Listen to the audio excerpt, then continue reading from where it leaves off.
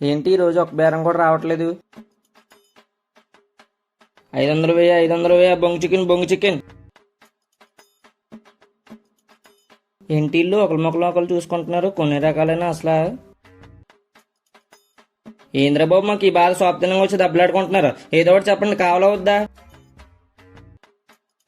ఏంట్రా బాబు, 2 నెలల నుంచి బిజినెస్ దెబ్బడిపోతుంది. వామ్మో ఇంత లాస్, అయ్యయ్యో ఏం చేయాలరా బాబు. ఈడేంటి కస్టమర్స్తో గొడవ పడుతున్నాడు? రే ఏంట్రా బేరాలో ఉంటే కస్టమర్తో అలా గొడవ పడుతున్నావు? మంచిగా మాట్లాడడం తెలియదని, ఏమైంది అసలుకి? అనాలు ఏం కొనట్లేదన్నా, వచ్చిన కానీ దెబ్బలాడుకుంటున్నారు. నాకేం అర్థం కావట్లేదు, నువ్వు వచ్చి అడుగు. ఏం కావాలన్నా మీకు? ఏంది రేలు, ఈడేమో అటు చూస్తాడు, ఆడేమో అట్లా చూస్తాడు.